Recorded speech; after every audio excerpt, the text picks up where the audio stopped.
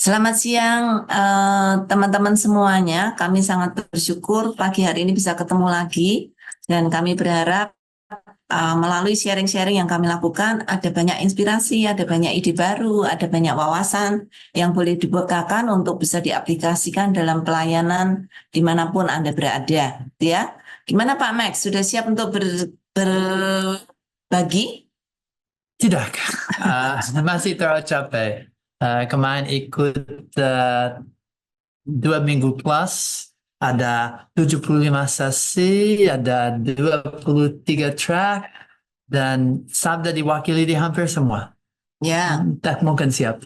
lumayan capek ya. Habis itu kita pelayanan roadshow juga ke Surabaya. Jadi semalam kemarin sore baru aja pulang. Jadi Ya. lumayan capek, tapi sungguh senang karena apa yang kami pelajari di MDC juga bisa menjadi bagian dari pelayanan kami di roadshow juga di Surabaya. Ya. Itu pengalaman yang luar biasa kaya dan bisa lihat dunia Tuhan sedang kerja luar dengan biasa. Ya, wow. Luar biasa. Ya, terutama ini kita akan share share link. Tolong tim admin. Kita akan cerita sedikit tentang IMDC supaya teman-teman yang di rumah mungkin yang tidak mengikuti bisa tahu sedikit apa itu IMDC. Ya. Ya. Alright. Ya. Nah, nanti ada sebagian yang saya ceritakan, ada sebagian yang Pak Max ceritakan gitu ya. Nah, untuk teman-teman yang ingin tahu tentang apa itu IMDC, IMDC ini diselenggarakan sebenarnya setiap tahun gitu ya, tapi karena pandemi kemarin. 2010. Sejak 2010, jadi sudah 14 tahun IMDC ini diselenggarakan. Minus 2 tahun untuk yang COVID, dan sekarang ada IMDC online dan berkembang terus. Ya, jadi sempat tidak ada waktu COVID, tapi sudah mulai ada lagi tahun lalu dan tahun ini juga. Nah, ini adalah IMDC adalah konsultasi atau training pelayanan yang dilakukan selama 2 minggu, yang diadakan di Chiang Mai. Yang tahun ini diadakan di Chiang Mai, tapi tahun depan akan diadakan di Nederland. Ya, biasanya selalu diselenggarakan bulan Mei. Setiap 2 tahun di salah satu, dan bolak-balik setiap tahun. Ya, jadi di Eropa sekali, di Asia sekali gitu ya. Nah, di IMDC ini kita semua belajar, berbagi, bergerak, berkolaborasi untuk pekerjaan besar Tuhan di seluruh dunia. Jadi bukan hanya di negara-negara tertentu, ini IMDC ditujukan untuk semua pelayanan di seluruh dunia. Dan setiap organisasi peserta harus datang dengan sikap dan hati untuk mau membantu atau saling berbagi. Bukan untuk mendapat saja, tapi juga untuk berbagi dan untuk membagi. Ya, IMDC asal daripada hurufnya dan kata Eurasia, itu menggabung Eropa, Asia, Barat, Timur, dan tujuan untuk duanya bisa bertemu bersama, dan hanya setiap tahun, tapi organisasi pelayanan, and MD itu tentang media, semua media Alkitab, media Kristen, dan distribusi pemakaiannya. Itu kesempatan antara orang yang daripada ladang bisa bertemu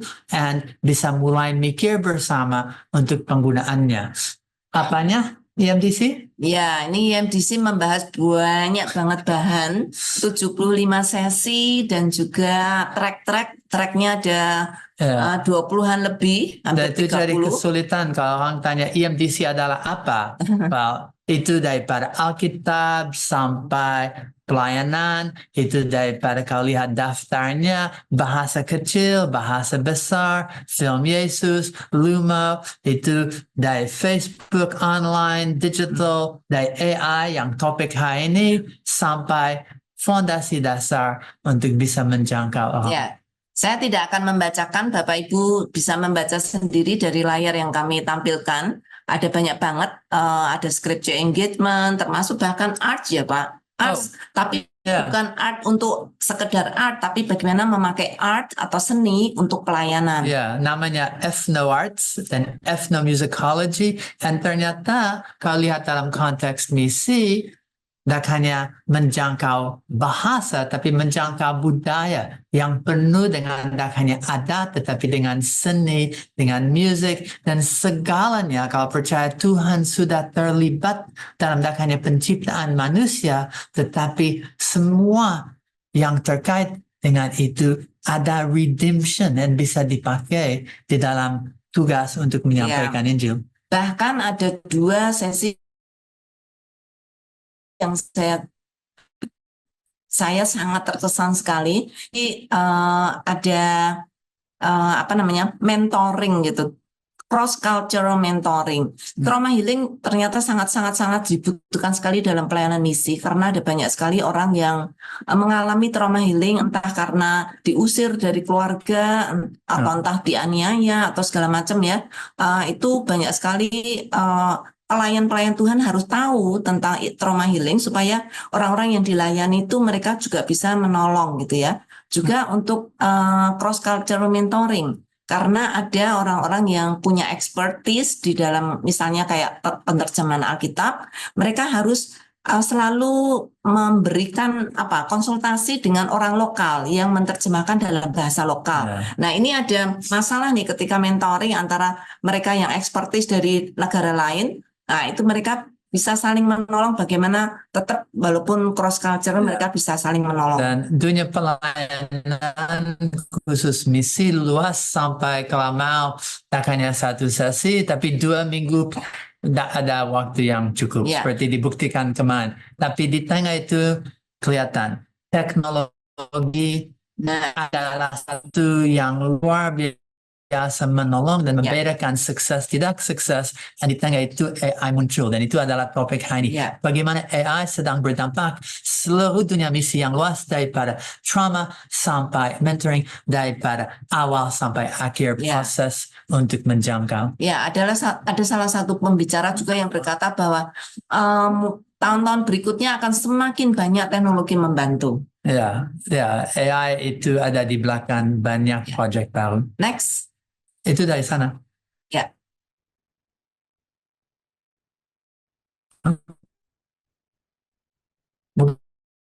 Next.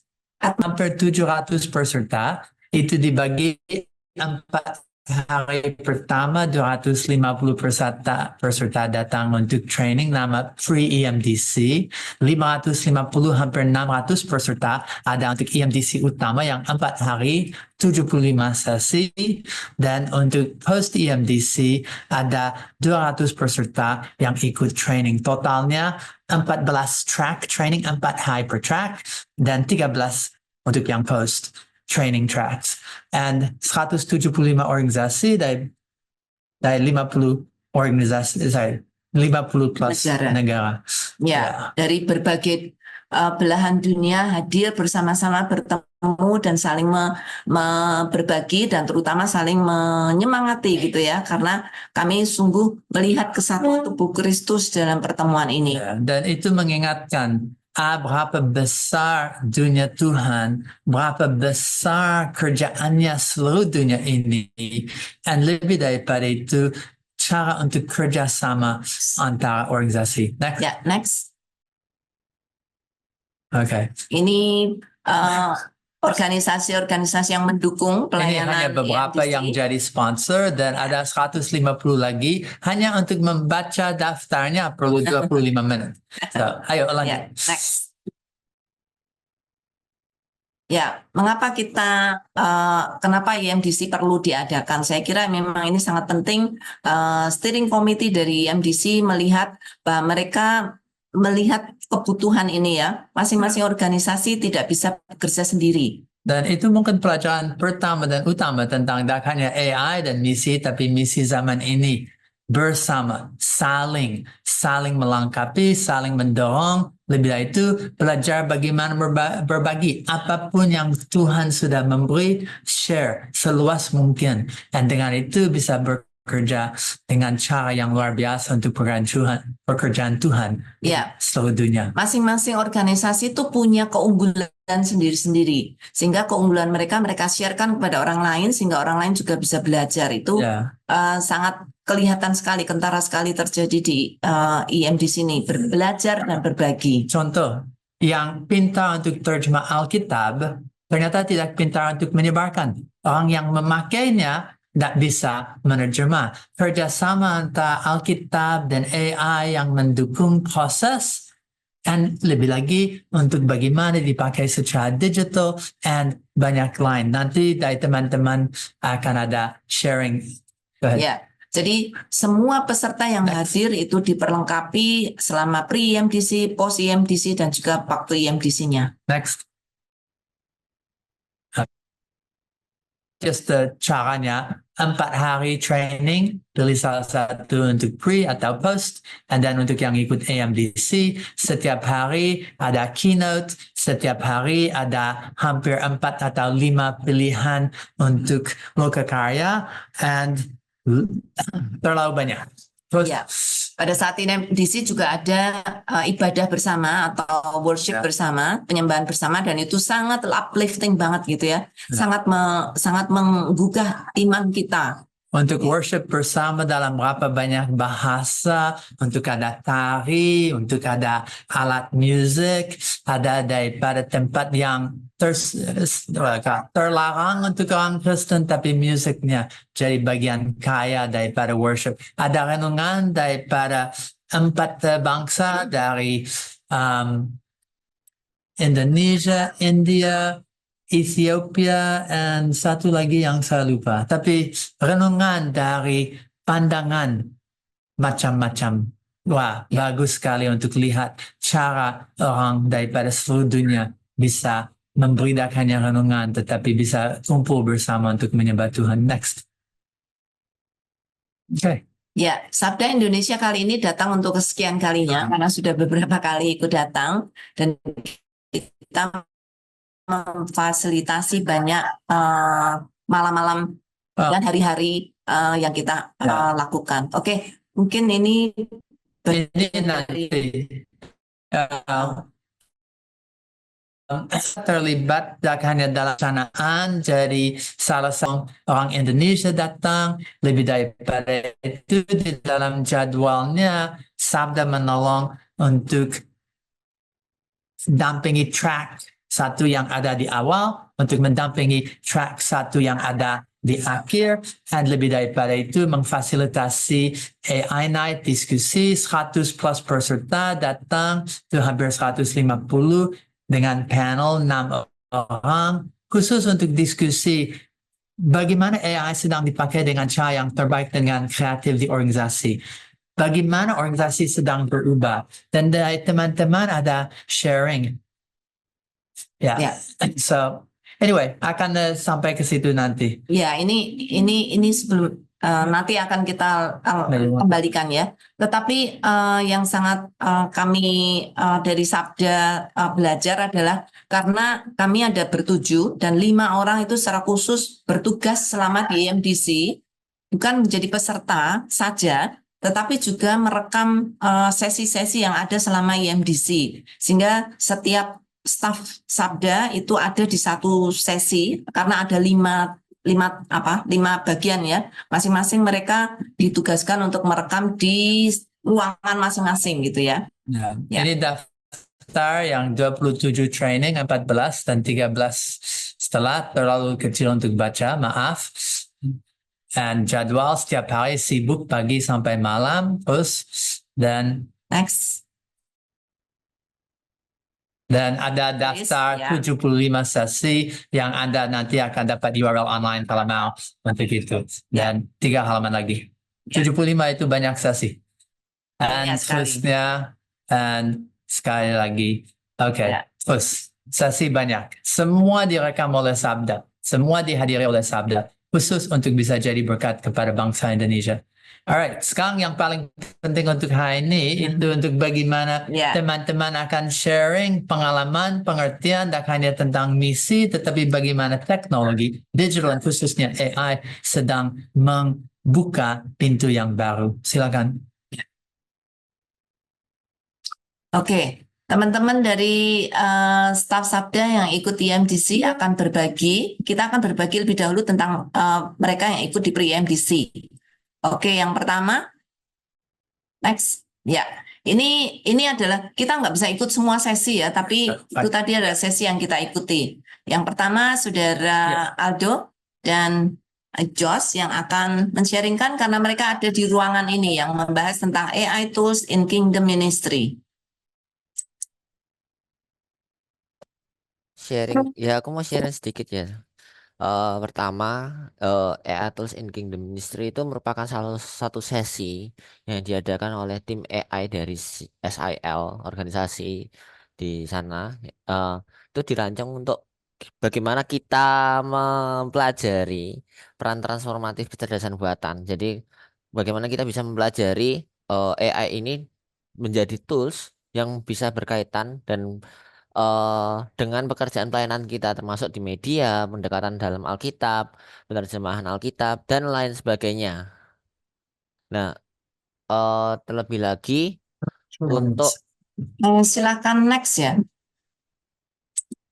misi Tuhan. Nah, di sini tuh banyak yang kita pelajari. Tuh, pertama kita sudah bisa menggunakan menyusun teks dari audio teks dari berbagai bahasa. Kita membuat suatu apa? Tools kita membuat suatu mempelajari bagaimana penggunaan API untuk terjemahan dan lain sebagainya. Ada juga kita ditambahkan juga bagaimana cara membuat media gambar menggunakan skrip maupun membuatan video menggunakan skrip itu tadi. Next, next. Nah, eh ini merupakan salah satu hasil yang aku buat ketika mengikuti EATUS in Kingdom Ministry. Itu merupakan satu bot yang dirancang untuk ketika kita memasukkan YouTube video atau video audio, nanti akan membuat suatu teks berupa transkrip dan SRT file. Nah, dari situ kita bisa menanyakan beberapa hal terkait video itu. Nanti bot itu akan menjawab, bisa di next juga lagi. Nah, itu juga kan hanya untuk di bahasa Indonesia maupun di bahasa Inggris. Ketika kita menggunakan bahasa Inggris, menanyakan dalam bahasa Inggris, dia bisa menjawab secara langsung gitu. Oke. Lalu ini berikut ini juga merupakan salah satu tools AI yang diberikan, merupakan suatu tools generate gambar yang bisa kita lakukan melalui script juga ketika kita memasukkan promptnya, negatif prompt dan bagaimana height dan eh, lebar dan tinggi gambarnya, resolusinya seberapa, nanti akan di generate langsung oleh AI. Ini merupakan suatu kelas yang menurutku eh, seru, tapi kita juga tidak hanya hadir di situ sebagai peserta, tapi kita juga menolong di situ. Jadi kita ketika ada teman-teman kita yang kesusahan, di situ aku secara pribadi juga membantu karena juga di Sabda sendiri sudah beberapa tools yang sudah kita kembangkan hampir sama dengan yang diseminarkan ini atau di kelas ini lakukan gitu. Oke, ya, Joseph.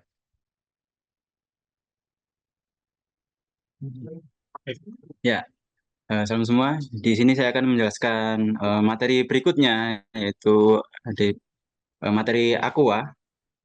Dan teman-teman atau saudara-saudara di sini pasti sudah mengetahui apa itu machine learning ya. Seperti tadi di awal ada Google Translate, kemudian ini ada AI yaitu DeepL. Next. Nah, maka saya akan menjelaskan apa itu Aqua. Ya, Aqua ini adalah machine learning dari satu organisasi yang bernama SIL.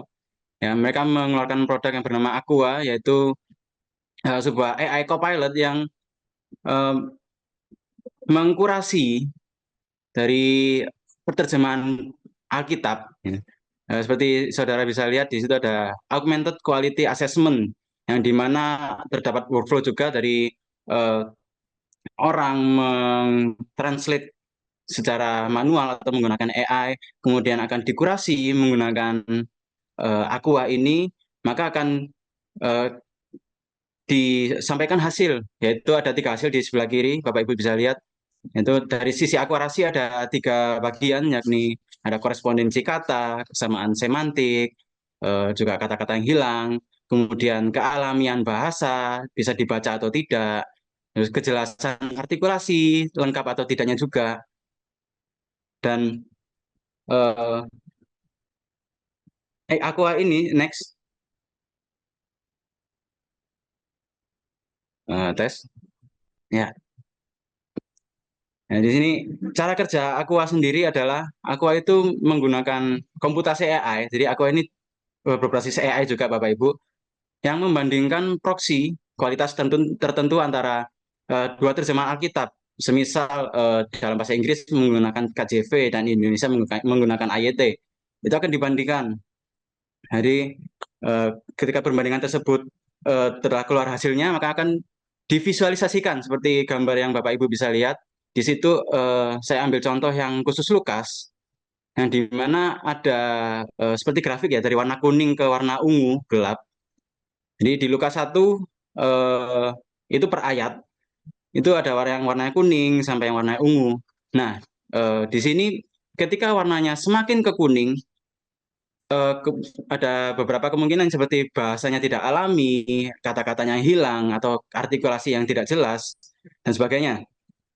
Tapi semakin ke kanan, semakin ke warna yang gelap, maka terdeteksi, oh ini terjemahannya sudah semakin baik, terjemahannya semakin mendekati bahasa aslinya, seperti itu. Begitu. Untuk Bapak Ibu yang penasaran seperti apa Aqua, itu terdapat link sebenarnya di bagian bawah di www.ai.sil.org Project Aqua. Ya, terima kasih. Oke, next nih.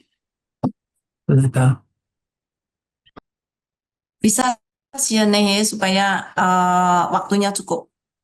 Oh, ke saya dulu, Bu.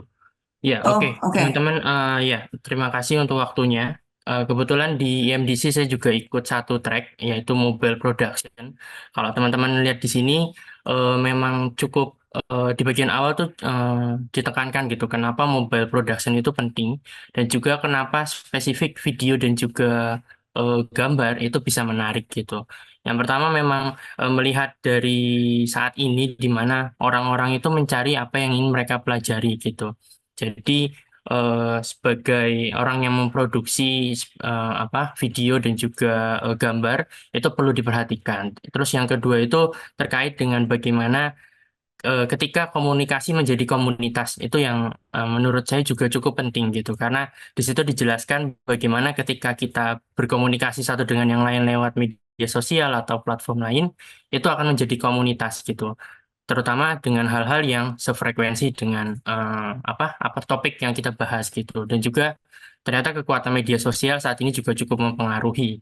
Dan juga hal penting yang saya pelajari juga di track tersebut adalah bagaimana ketika dahulu itu konten menjadi raja atau konten is king, tapi saat ini adalah strategi yang menjadi rajanya gitu atau kingnya gitu. Dimana ketika kita punya konten, kita juga harus punya strategi untuk bisa bukan hanya membuat konten tapi sampai tahap ke produksi.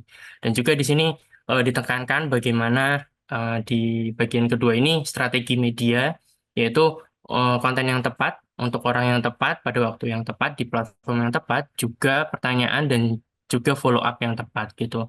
Dan di sini hal ketiga yang saya pelajari juga bagaimana ketika ada dua tipe kita dalam berinteraksi di media sosial. Yang pertama itu apakah kita ingin mendorong mendorong audiens untuk melihat apa yang kita sudah sampaikan, atau kita menarik mereka ke dalam percakapan kita.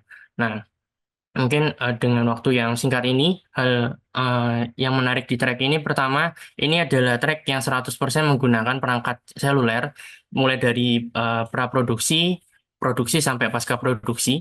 Dan di sini hal yang ditekankan adalah kita tidak bisa membidik semua orang. Maksudnya, ini karena saya terjemahkan gitu. Jadi maksudnya kita nggak bisa menargetkan konten kita untuk semua orang gitu. Tapi kita harus buat persona atau buat target audience yang tepat untuk konten kita. Dan yang ketiga adalah di dalam hal ini bisa menggunakan AI. Contohnya seperti membuat ide ataupun garis besar dan lain sebagainya.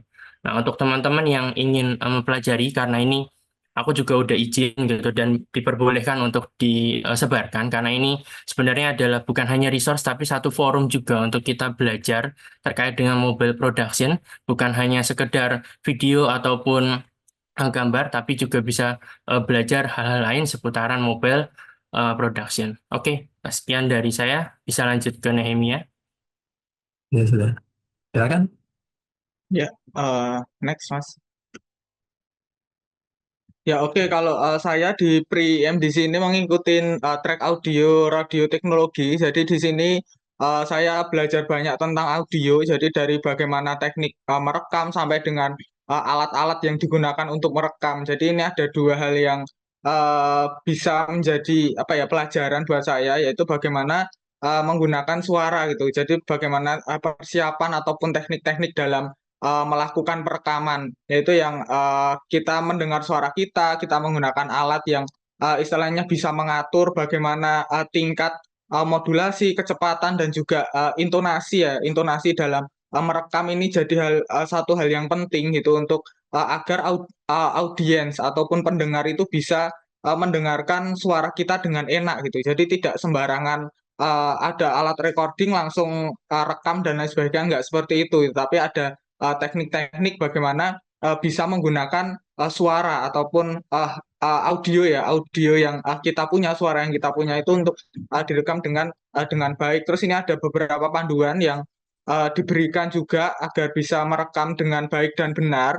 Bapak Ibu Saudara sekalian bisa membaca ini bagaimana intonasi, tentang pengucapan, tentang penekanan, jeda dan juga nada atau tone yang harus ditekankan supaya ini jadi ciri khas karena setiap manusia punya ciri khas suara yang berbeda-beda dan di situ itu bisa jadi ciri khas itu tadi ya, ciri khas setiap manusia, setiap orang itu yang membuat unik suara kita pada saat melakukan perekaman. Di sini juga ada next ya ada beberapa lainnya seperti kita belajar hardware juga jenis-jenis mikrofon, bagian-bagian mikrofon dan juga mixing, teknik-teknik mixing, equalizer. Terus kemudian kita bisa membaca atau melihat flow suara kita seperti apa, membuat studio sederhana dari peralatan sederhana dan ada beberapa contohnya itu ketika melakukan pre-M di situ ada itu ya merekam audio Alkitab, cerita Alkitab itu jadi di tempat-tempat yang istilahnya nggak ada studio yang profesional bisa membuat studio sederhana dan itu bisa menolong untuk melakukan perekaman dan masih banyak hal lainnya yang bisa menolong khususnya di dunia audio untuk menyebarkan firman Tuhan. Itu sih dariku. Wah, jadi ilmu sendiri. Ya, setelah itu Bu Yulia. Ya, saya ikut next. Saya ikut Foundation of Digital Discipleship Making Strategy, Disciple Making Strategy. Ini sebenarnya diajar oleh tim, tapi yang datang cuma 1 orang, sedangkan 2 yang lain hanya lewat Zoom. Jadi kita selama 4 hari itu benar-benar belajar secara detail ya. Ada yang offline dan ada juga yang online. Jadi pemuritan di era digital itu sudah berubah banyak gitu, nggak seperti dulu-dulu lagi. Ada banyak digital tools yang dipakai untuk memperlengkapi pelayanan dan itu sangat-sangat menolong banget gitu ya. Jadi perkembangan di media sosial juga, kalau boleh saya share sedikit tapi nggak saya santumkan di situ ya. Ada beberapa tools, misalnya Gospel Tools, Discipleship Tools, Church Foundation Tools, kemudian ada Pattern, kemudian ada My Room Prayers Tools, ada juga banyak aplikasi-aplikasi yang bisa dipakai di dalam melaksanakan discipleship. Jadi itu sangat menolong banget.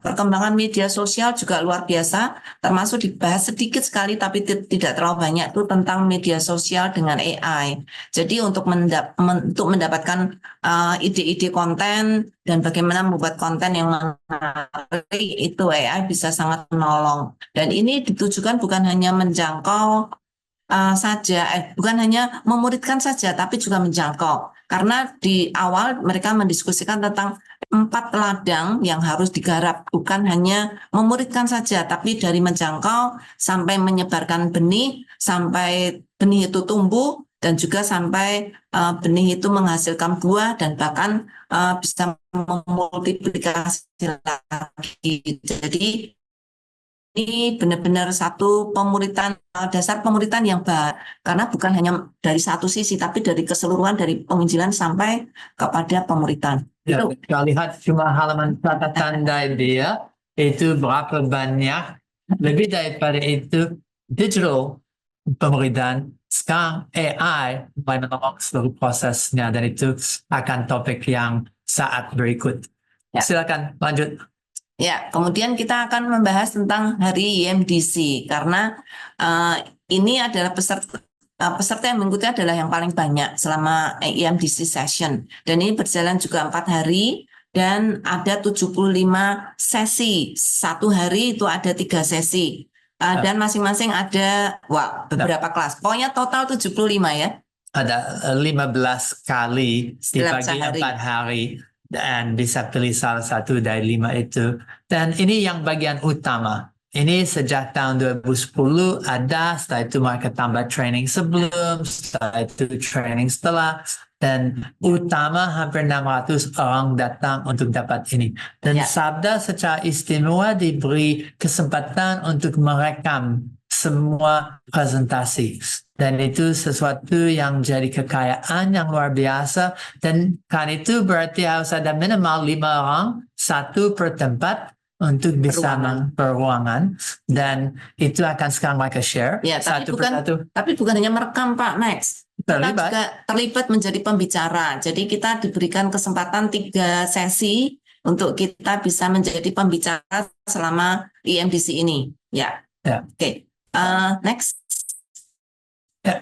So, silakan akan sharing daripada itu. Ya. Ya, ini Sabda yang sampaikan learning on demand, AI dan education, dan micro bukan macro learning. Dan juga Bu Yulia digital quotient, AI quotient terbalik, salah, itu bukan IA tapi AI quotient, and biblical computing. Dan itu sesi-sesi oleh Sabda. Lanjut.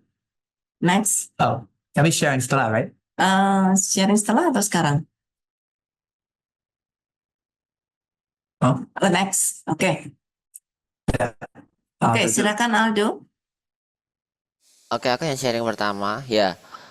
Aku mengikuti salah satunya itu ya ada di Scripture Forge, di mana kita bisa mempelajari bagian-bagian Alkitab yang telah diterjemahkan. Yang bisa diterjemahkan menggunakan tools. Nah, salah satunya ini kita menggunakan tools yang bernama Scripture Forge.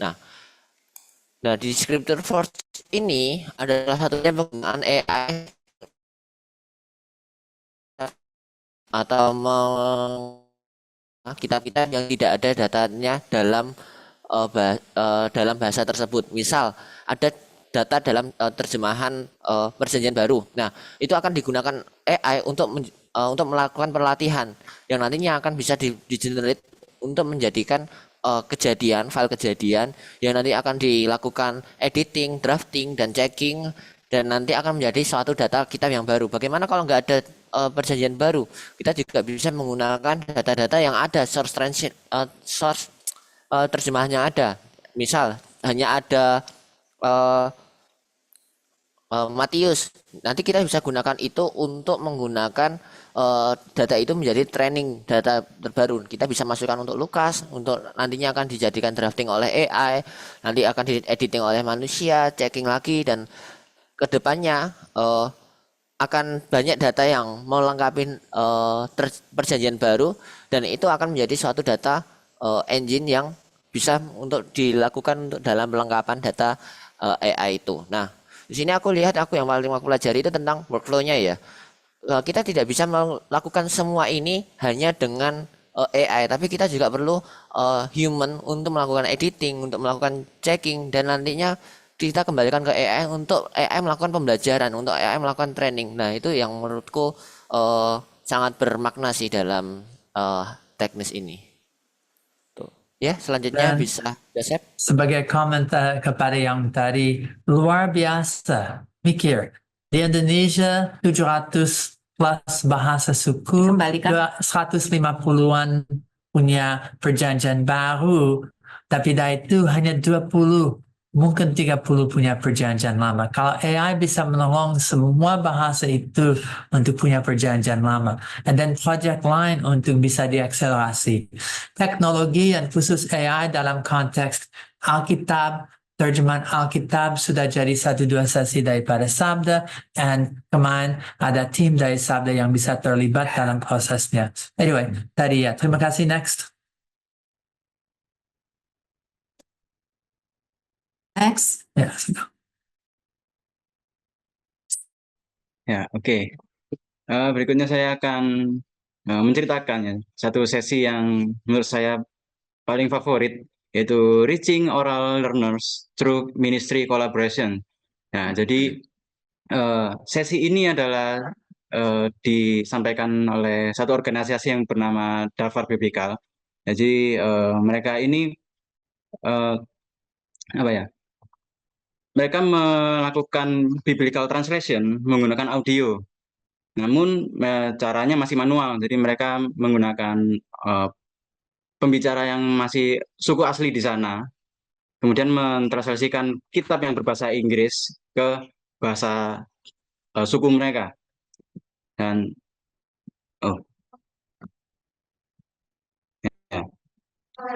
dan di sini ini adalah alasan kenapa saya tertarik dengan sesi ini, yaitu saya sangat memahami untuk akses audio atau biblical audio ini ternyata penting banget untuk orang-orang khususnya di pedalaman, nggak hanya di Indonesia tapi di negara lain juga, dan sangat membantu untuk pendeta maupun pengajar-pengajar Alkitab secara lisan di seluruh dunia.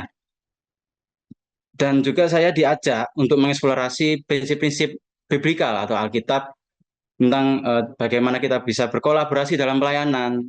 Karena pemateri tidak hanya menggunakan aplikasinya sendiri, namun juga berkolaborasi dengan organisasi lain dalam menyediakan biblical audio ini.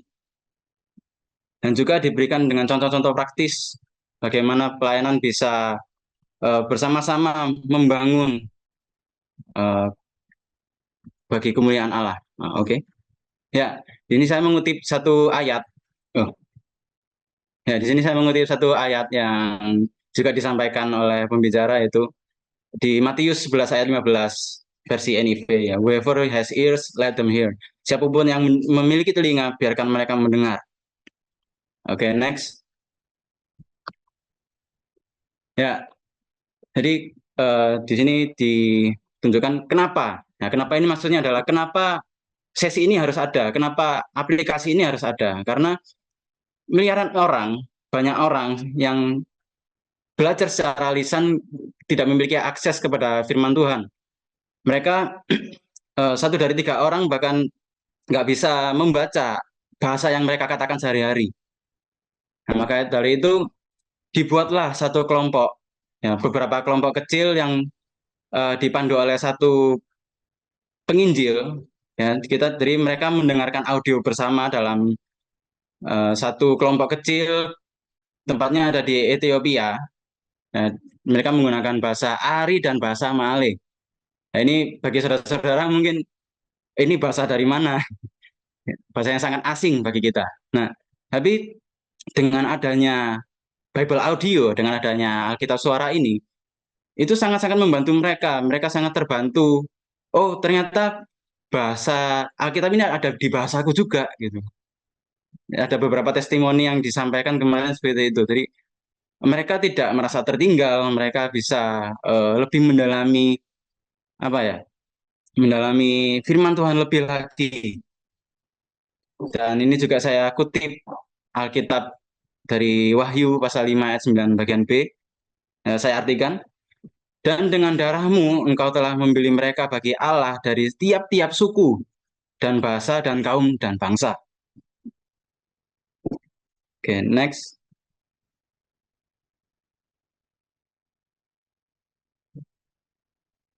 Ya, ini saya udah meminta izin dan diizinkan untuk share 2 foto ini. Jadi ini adalah lokasi dari mereka, dan saudara bisa lihat bahwa di tengah meja itu ada satu alat recorder audio kecil yang didengarkan sedemikian banyak orang dari suku Ari dan suku Malay.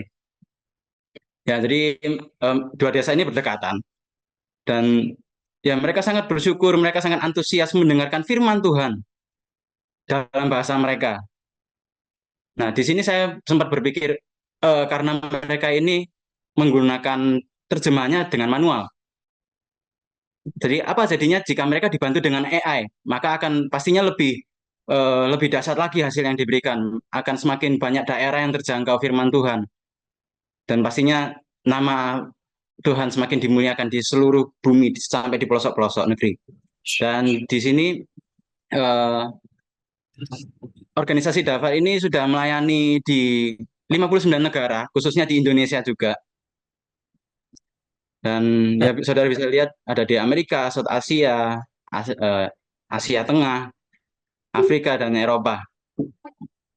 Oke, Ya. sekian dari saya. Dan Bisa dilanjutkan oleh sadarlah sekarang Alkitab tidak hanya kertas tinta, tidak hanya bentuk digital text, tetapi sekarang ada bahasa yang tidak pernah ditulis, ada oral Bibles dan Alkitab yang hanya di dalam bentuk lisan, bukan tulisan. Audio Bibles dan oral learners ada orang yang belajar lisan. Dengan teknologi AI tidak hanya menolong untuk terjemah yang tulisan, tapi sekarang untuk mendukung dan yang lisan. Salah satu contoh itu kalau sedang merekam audio, nanti orang tidak ada, tetapi sekarang mereka sedang melatih untuk bagaimana voice audio, cloning audio, dan beberapa hal tadi dengar tentang audio and radio production. Dan semua teknologi ini mendukung Alkitab yang hanya bentuk lisan. Luar biasa. Next.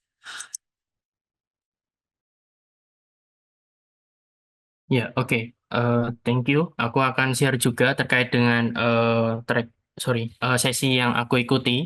Ini sebenarnya 2 sesi, tapi kenapa aku pilih 2 sesi ini? Karena memang cukup berdekatan dan cukup satu tema atau satu topik gitu. Di sini menekankan bagaimana media dalam konteks medianya itu spesifik untuk fotografi dan juga video itu bisa digunakan untuk bukan hanya pendekatan tapi juga penjangkauan gitu.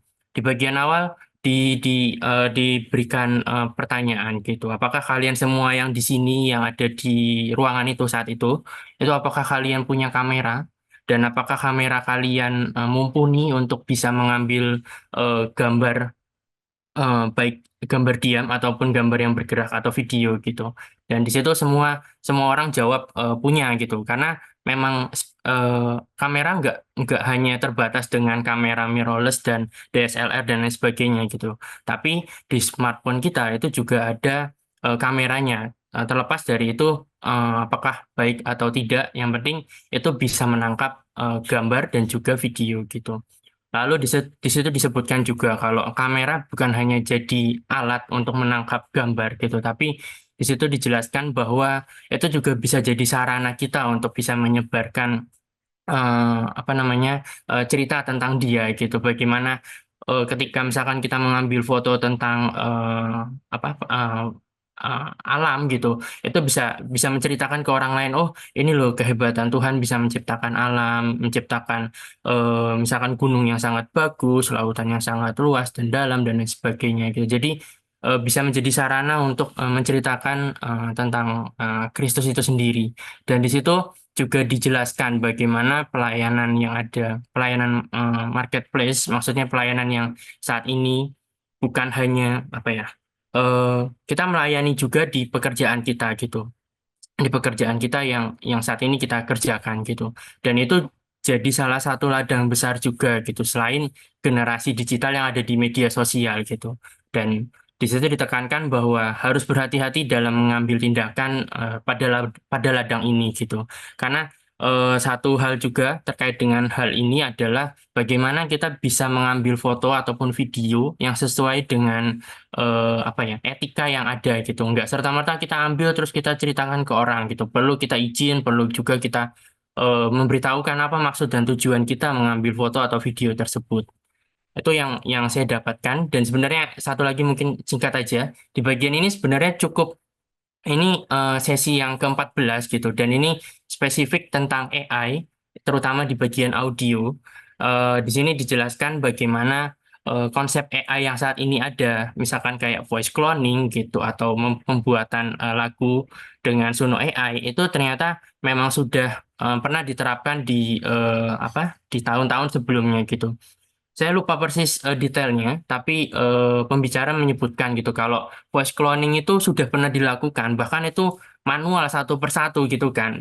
Misalkan dari dia ngucapin huruf A gitu, A pun ada yang A tinggi, A rendah, A datar, dan lain sebagainya. Itu tuh dari sampel-sampel tersebut dibikin satu lagu gitu, karena pembicara menyebutkan kalau orang ini menderita stroke gitu, jadi dia nggak bisa nyanyi lagi. Tapi karena karyanya ingin terus-menerus didengarkan dan juga diperbarui dalam artian apa namanya genrenya dan lain sebagainya gitu. Jadi orang-orang pun memikirkan bagaimana bisa melakukan voice cloning pada lagu dan juga suara dari orang ini gitu. Dan di sesi terakhir itu cukup banyak menjelaskan tentang Suno AI. Mungkin kalau Bapak Ibu Saudara semua pernah dengar, itu memang cukup praktis gitu untuk membuat lagu.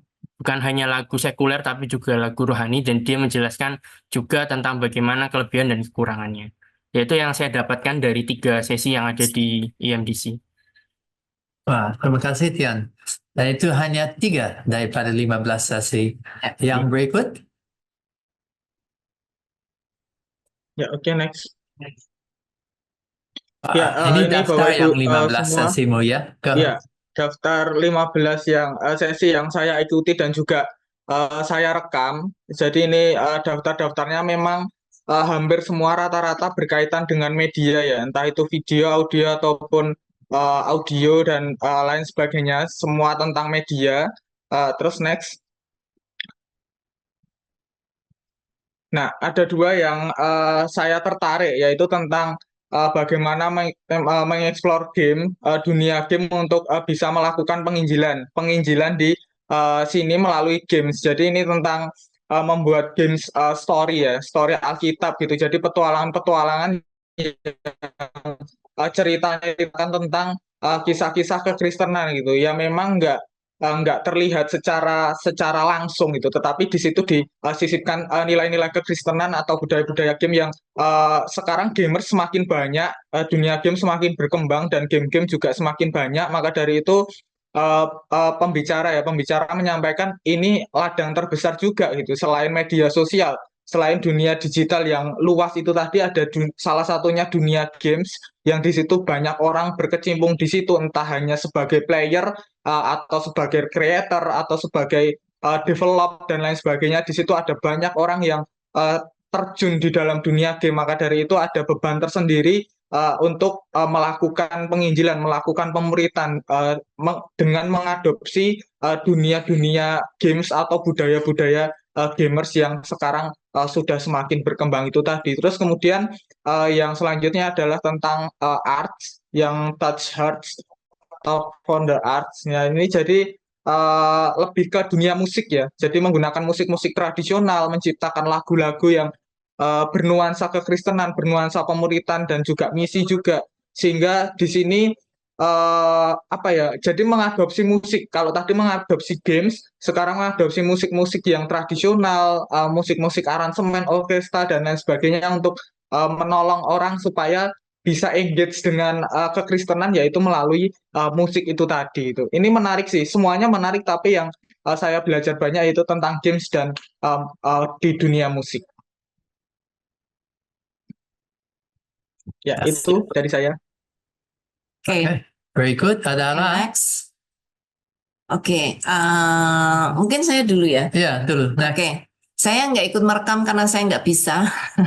Tetapi saya menjadi salah satu pembicara untuk digital quotient and AI quotient for you and your ministry organization. Jadi saya sebenarnya ini sudah pernah saya bawakan di live-nya Sabda ya, di AI Talk Sabda. Tapi waktu saya share di IMDC saya agak kaget gitu, karena waktu saya tanya siapa yang pernah dengar kata digital quotient atau AI quotient, ternyata nggak ada. Ada 1 atau 2 pun itu agak ragu-ragu angkat tangan gitu ya.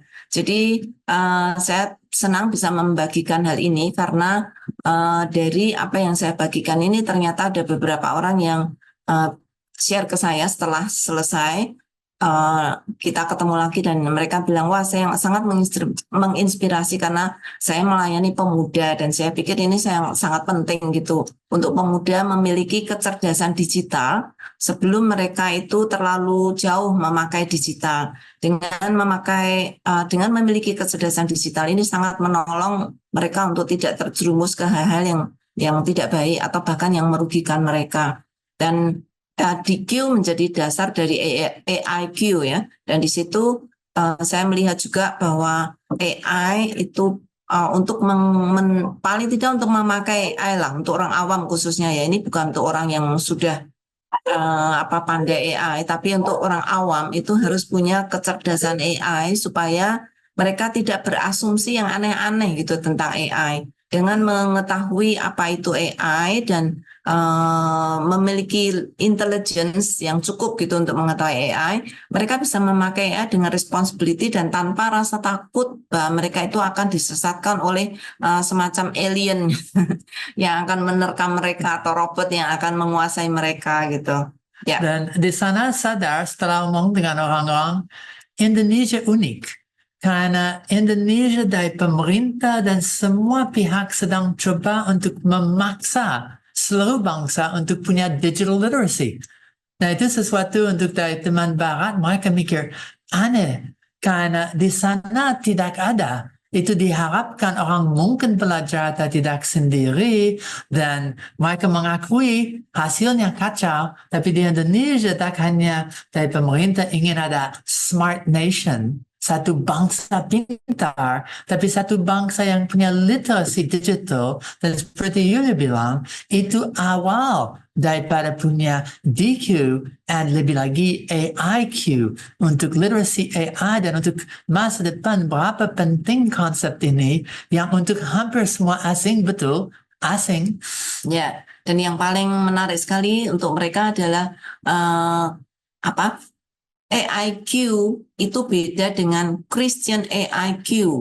Dan Christian AIQ itu memakai prinsip Alkitab untuk menjalankan apa yang selama ini kita tahu tentang AI gitu ya. Kalau itu bukan dari Kristen, maka itu akan memakai standar moral universal humanis lah, prinsip-prinsip humanis atau value nilai-nilai humanis yang diterapkan. Tetapi saya kira sangat berbeda kalau kita memiliki value Kristen, bukan moral universal value untuk kita mendasari kecerdasan kita. Dan itu sangat, menurut mereka sangat tepat sekali karena selama ini tidak pernah orang Kristen mengambil bagian untuk memberi warna gitu ya di dalam dunia digital. Dan itu jadi berkat untuk organisasi mulai mikir apakah yang kerja di situ, tapi lebih lagi pelayanan mereka sedang mengajar literasi digital, tapi Christian literacy. Next. Dan ternyata itu terkait dengan sesi yang saya sampaikan. Next. There we go. Learning on demand, AI education, and micro-learning. Dan khususnya untuk itu, berapa banyak orang saat ini sedang dipaksa untuk mikir AI dan education.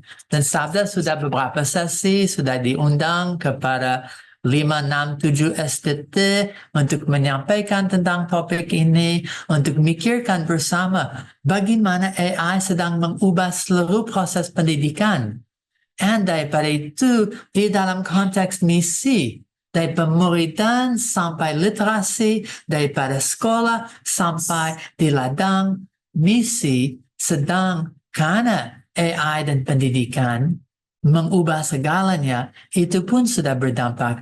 Dan bersama diskusi bagaimana AI diajak dalam proses untuk saling belajar bersama. Dan untuk yang dosen, guru, atau even teman dan mitra, bagaimana AI menolong untuk punya bahan sesuai dengan bahasa, dengan suku, sesuai dengan situasi, dan bagaimana bisa ada hanya teks, tapi media. Dan learning on demand, itu berarti saat dibutuhkan ada bahan yang dibutuhkan. Dan itu konsep yang baru untuk mereka dan hanya dimungkinkan oleh AI. Saya kalau tidak ada AI, harus persiapkan semua bahan untuk dipakai saat itu. So topik itu sangat-sangat menarik. Biblical computing lebih lagi. Biblical computing itu seluruh seni, seluruh ilmu daripada studi Alkitab dan seputarnya dengan komputasi, big data, komputasi ternyata AI, komputasi dalam segalanya. And waktu dua digabung itu jadi satu motor untuk tidak hanya pengertian Alkitab, tapi pelaksanaan aplikasi satu motor untuk misi. And biblical computing sudah pernah didiskusi di missional.ai, itu jadi topik 1-2 kali di AI Talks, AI dan Bible, AI dan studi Alkitab, dan itu untuk mereka sesuatu yang mereka lihat. Berapa penting untuk scripture engagement, pemakaian Alkitab. Tidak hanya terjemahan, tetapi di dalam proses AI nolong untuk itu. So anyway, semua yang ikut AI Talks bisa lihat di arsip dan ada banyak dari bahan ini yang Indonesia sudah dapat, tapi dari luar negeri, wow, bagus sekali. Mereka mau lebih banyak lagi. Next. Masuki pos IMDC. Di pos IMDC ada post track gitu ya, ada track-track juga, ada 12 track dan teman-teman juga mengikuti. Silakan mulai dari siapa dulu? Aldo. Dari Mas Tian dulu, Bu. Oh, Mas Tian, oke. Ya, oke. Yang pertama yang di pos ini kita ada satu track itu namanya AI for All. Dan ini kebetulan Sabda juga ikut ambil bagian gitu, bukan hanya terutama Pak Max gitu. Dia menjadi satu mentor gitu. Dan juga di track ini kurang lebih ada 25 peserta yang ikut secara keseluruhan gitu. Dan juga sama dengan yang kita melaksanakannya dalam 4 hari dan dibagi dalam 4 bagian atau 4 fokus gitu. Yang hari pertama itu tentang bagaimana AI dan Alkitab plus aku translate plus pendalaman Alkitab atau studi Alkitab. Yang kedua, hari kedua itu tentang AI dan pendidikan, hari ketiga tentang AI dan gereja, hari terakhir itu adalah AI dan ministry atau misi gitu.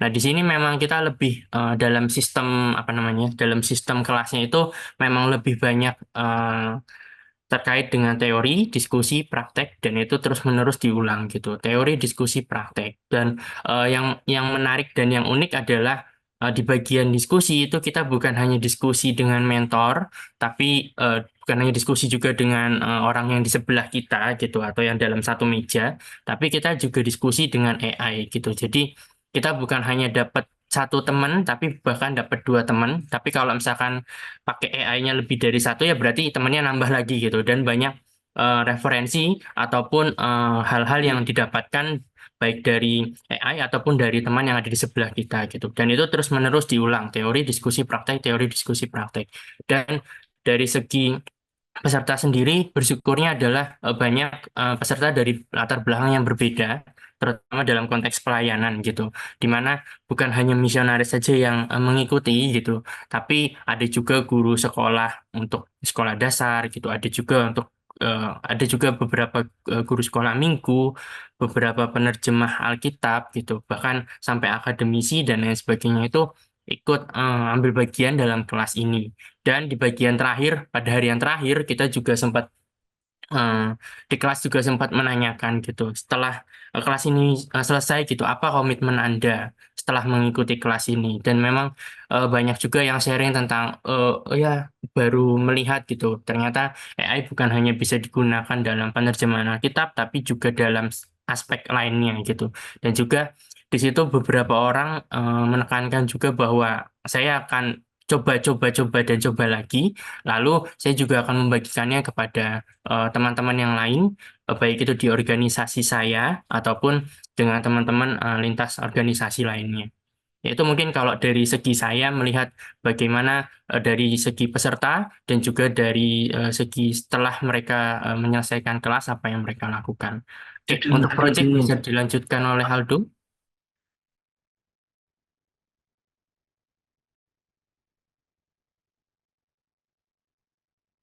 Di unmute dulu, Do.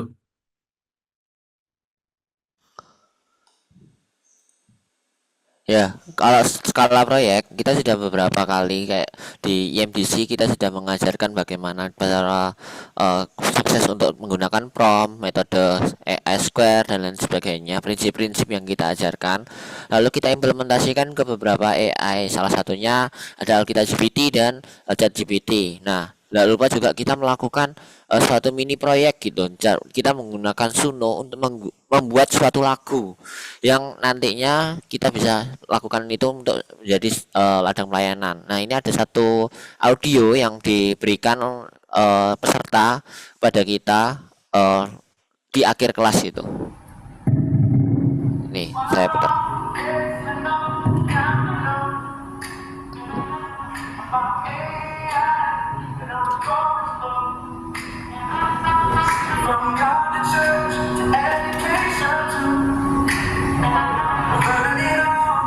Nggak jelas Aldo. Sorry. Udah. Nggak jelas, nggak bisa didengar. Oke. Ya, kesulitan Zoom punya AI yang menghapuskan semua yang bukan suara. Dan Iya. itu dianggap bukan suara. Kecuali setting khusus. Oke. Ya. Anyway, itu audio yang sekilas. Nah, ini juga satu tools yang AI yang kita buat juga waktu AI for All. Itu bagaimana kita bisa generate video, audio dari YouTube dan melakukan dataset ringan. Jadi kayak men-summarize, membuat ringkasan dan lain sebagainya, dan bisa menanyakan apapun terkait video itu. Nah, ini merupakan suatu hal yang paling menarik bagi mereka juga, selain audio lagu tadi, tapi di sini juga mereka bisa mengeksplor lagi apa yang cara promptingnya, cara dalam menggunakan skrip yang secara ringan gitu. Itu yang bisa aku sharingkan terkait proyeknya. Oke, selanjutnya sosial media. Mundur. Mundur dulu. Dua lagi.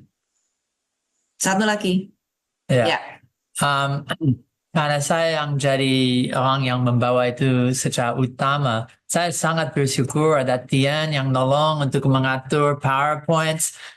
Hanya hari keempat ada hampir 200 slide, 379 slide dalam slide deck itu, belum termasuk untuk yang semua aktivitas dan seterusnya. Dan syukur ada Aldo yang nolong daripada programming, hal yang khusus daripada yang you lihat, dan itu betul satu kerja tim, dan tidak hanya Aldo dan Tian, tetapi semua yang pernah ikut AI Talks, AI dan Bible, and Bible study, AI dan church, ini bahan-bahan yang sudah pernah muncul di Indonesia.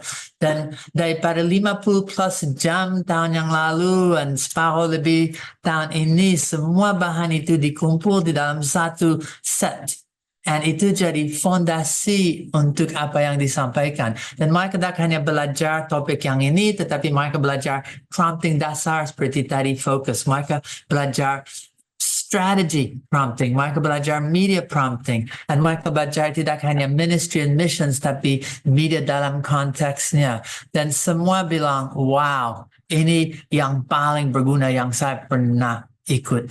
Lebih daripada itu, mereka mulai mikir dalam organisasinya, dalam pelayanannya, bagaimana memakai AI.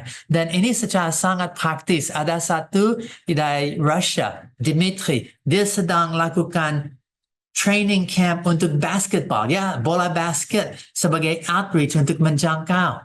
Dengan AI, dia bisa bikin renungan untuk pagi siang waktu mereka istirahat. Ada satu lain yang sedang kelas literasi untuk anak bisa belajar huruf-huruf dan vowels. And dengan itu bisa bikin lagu. Dan lagu yang tak hanya menolong untuk latih huruf, tetapi juga untuk syukur kepada Tuhan yang memberi huruf dan bahasa. Ada berapa banyak contoh yang praktis. Mereka punya projek kecil, mereka mulai mikir untuk bagaimana ini bisa menolong untuk satu dashboard yang dipakai untuk dari terjemahan Alkitab sampai quality control, sampai untuk penggunaan dan penyebarannya. Ada orang lain yang kerja daripada Ethiopia, dan dia pakai itu, and saya bisa ceritakan 4 hari karena bagian besar itu satu ruangan yang flip. Apa yang diajarkan, dipraktekkan dari hari pertama, mereka dipasangkan. Tak bisa sendiri, satu orang dengan satu orang, plus AI, dan bersama mereka belajar bahan, mereka share bahan, dan itu satu cara belajar yang sangat unik untuk training. Dan hasil mereka mulai pintar untuk tak hanya prompting, tapi conversation bersama, mikir bersama, and juga dengan AI, dan betul AI jadi mitra untuk menolong proses pelayanan misi mereka. Dan misi yang diwakili di situ, saya tak bisa share semuanya. Ada beberapa yang bilang aja lebih sensitif. Tapi daripada sekolah sampai pemuridan sampai semua ujung daripada dunia pelayanan, itu satu yang luar biasa hebat. Oke, itu hanya AI for all. Ada satu track lagi yang Sabda ikut. Sosial media. Oke, silakan siapa dulu? Yuk, Jos dulu atau nih? Saya dulu, Bu. Bisa nih. Ya. Oke. Bentar, sorry. Sudah Ya. with all this. Ya, oke. Di track sosial media ini saya bersama Nehemia dan juga Ibu Yulia ketika mengikuti sesi ini. Ya, saya akan jabarkan beberapa poin. Yang pertama, di track ini diikuti sekitar kurang lebih 15 peserta yang dibagi dalam 4 kelompok. Ya, di setiap kelompoknya ada sekitar 4 sampai 5 orang. Dan juga di sini juga 4 hari, namun dibagi dalam 7 materi ya, 7 bagian fokus seperti fundamental, audience, AI untuk sosial medianya, kemudian strategi konten dan lain-lain. Di sini juga diawali oleh teori. Kita diajari teorinya terlebih dahulu fundamental, kemudian diajak untuk berdiskusi bersama agar semakin mendalami pemahaman terkait branding, social branding, persona branding, dan sebagainya. Kemudian praktik, kita diharuskan untuk membuat satu produk, yaitu feed Instagram. Ya, nanti akan saya bagikan. Kemudian di sini pesertanya terdiri dari berbagai latar belakang ya, ministry, khususnya para konten kreator dan penggiat atau pelayan Tuhan di khususnya bagian media. Dan juga di sini mereka sangat berkomitmen untuk belajar karena di sini sangat diajarkan bagaimana cara untuk engage orang-orang via sosial media, karena saat ini sosial media banyak digandrungi ya, banyak digunakan oleh orang-orang, dan juga pastinya bisa sangat bermanfaat untuk menjangkau orang-orang Kristiani maupun yang non-Kristiani, khususnya di kaum muda. Oke, ya di sini ada persona, ya, persona engagement. Jadi kita diminta untuk membuat satu persona, kita tentukan work experience-nya apa, kondisi psikologinya seperti apa, dan sebagainya, umur, dan jenis kelamin. Ya, ini itu ya Bapak Ibu Saudara sekalian. Jadi ketika kita mengikuti track ini, kita yang sudah disampaikan Joseph tadi, kita dibagi kelompok. Jadi bagaimana kita membuat benar-benar dari tahap persiapan, tahap campaign sampai dengan tahap membuat konten, gimana step by step-nya itu kita praktekkan secara paket lengkap. Jadi masing-masing kelompok itu kita diberi nama kelompok, kita membuat nama kelompok, terus kita ingin mempresentasikan sosial media konten yang ingin kita buat itu seperti apa, dari kita membuat persona sampai membuat komponen-komponen pelengkapnya sampai pada tahap distribusi atau campaign itu tadi. Oke, terima kasih nih. Oke, next, ya di sini kita diberikan 4 topik ya. Yang pertama ada awareness, yang kedua consideration, 3 decision, dan keempat discipleship. Nah, fungsi 4 topik ini apa? Yang pastinya kita harus memahami audiens terlebih dahulu, awareness. Kita harus melihat orang-orang ini dari sisi Kristiani, mereka secara mental mereka membutuhkan apa. Nah, di persona branding ini kami menggunakan bahwa Gen Z atau kaum muda sekarang yang disebut Gen Z, mereka ada di sebuah seperti bola bubble shoot, yang mereka hanya fokus ke dalam dunianya sendiri, mereka nggak aware dengan dunia orang luar, mereka nggak pandai bersosialisasi dan sebagainya. Maka di bagian consideration kami mencoba menemukan solusi bagaimana kita membuat konten yang berisi testimoni atau penyemangat hidup bagi mereka-mereka yang mengalami masalah mental problem dan sebagainya. Dan juga di bagian decision kita pasti ada bagian analisis atau analitik. Jadi di konten-konten kita ada berapa banyak orang yang melihat, kemudian respon mereka di bagian section komen bagaimana. Maka kita bisa melanjutkan ke bagian seperti Reels, pengajaran-pengajaran Alkitabiah, yang dimana pada saat itu kami tidak menggunakan yang Kristen banget ya, yang benar-benar Kristiani. Jadi kita platformnya kita tujukan untuk semua orang, untuk orang Kristen maupun tidak. Jadi kata-katanya kita atur dan oke, next. Ya, dari kelompok ya kita sendiri kami belajar ya bagaimana intinya itu konten yang akan kami buat itu untuk itu ya apa namanya melihat ketakutan-ketakutan yang remaja saat ini sedang gumulkan, entah takut masa depan atau takut akan hal-hal lain. Maka dari itu kelompok kami membuat brand yang bernama Fear Not. Jadi ini jangan takut itu tadi ya, bagaimana agar orang yang mengalami ketakutan-ketakutan apapun itu ketika melihat konten kita, mereka merasa dikuatkan lagi, mereka masih punya harapan akan masa depan. Inilah nama brand yang kelompok kami buat. Ini terus adalah contoh desain feed-nya, gambaran feed-nya di media sosial Instagram akan seperti ini. Ada banyak quote, ada banyak konten-konten lainnya yang bisa menolong orang-orang atau anak-anak muda yang mengalami ketakutan itu tadi. Ini adalah simple link tree yang kami buat, mockup untuk apa namanya jalur-jalur lain. Terus kemudian AI tools. Ya, di AI Tools ini kami diajarkan sebenarnya lebih banyak, cuma kami tampilkan 4 yang terutama yang paling sering dipakai.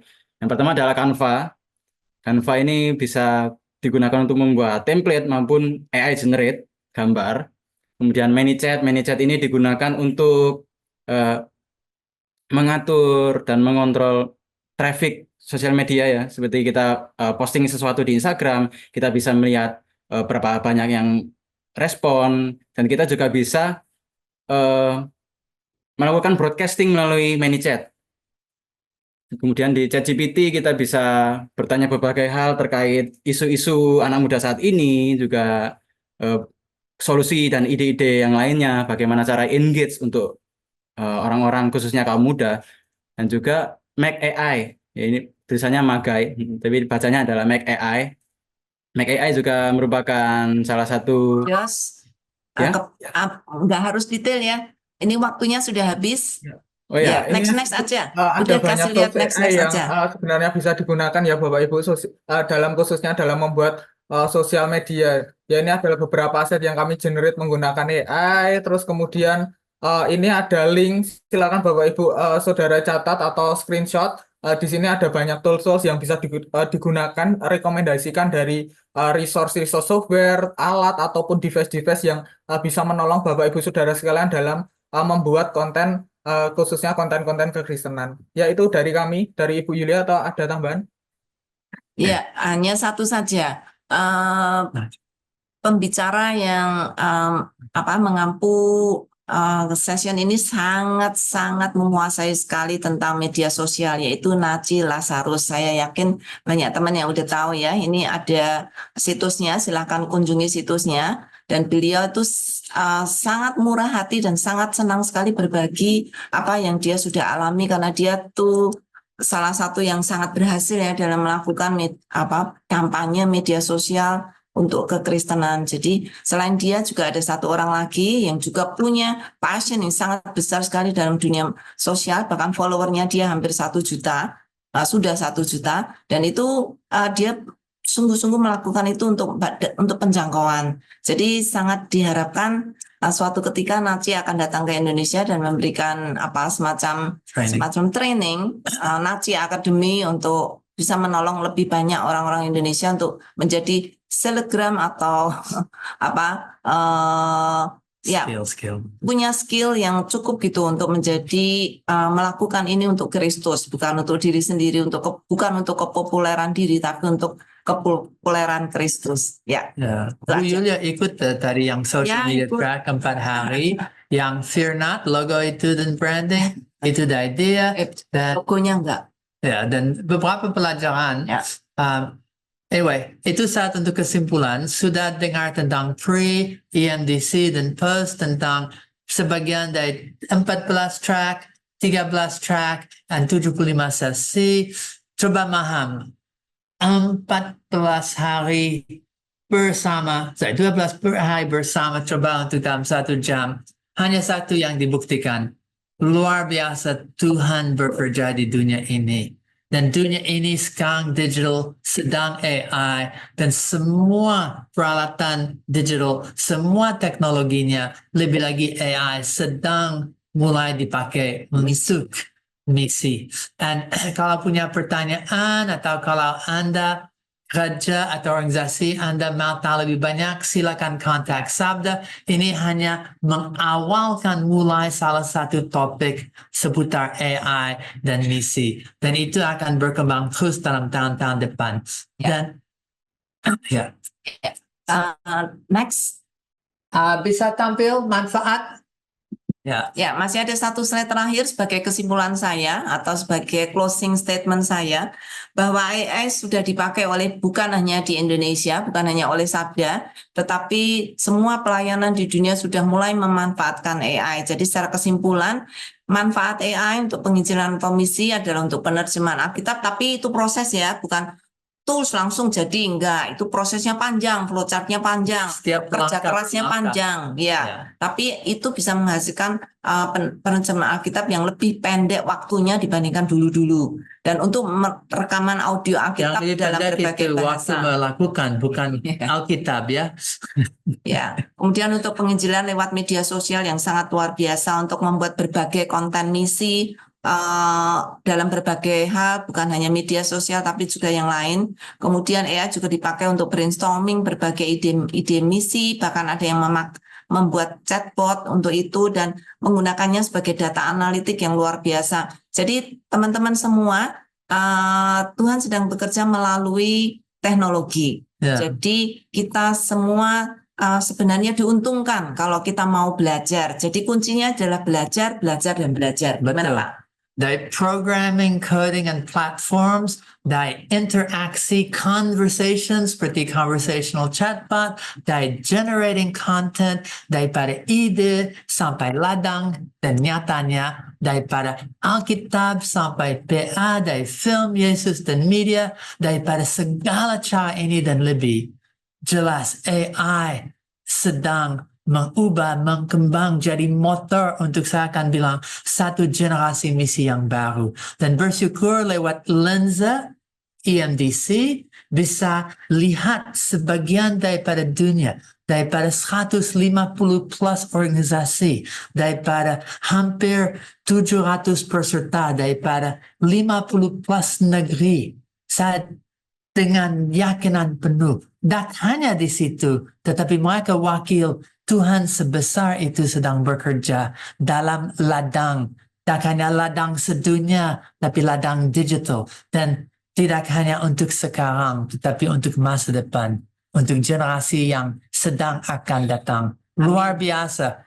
Kalau ikut, itu memberi satu semangat yang sulit untuk henti, tapi waktu sudah lewat. Tapi wah, ini dilanjutkan 1 jam lagi, cerita tak akan berhenti. Dan bahannya masih ada 70 plus sesi, masih ada berapa banyak track tidak disampaikan. Tapi maaf, ini cukup untuk hari ini. Terima kasih banyak.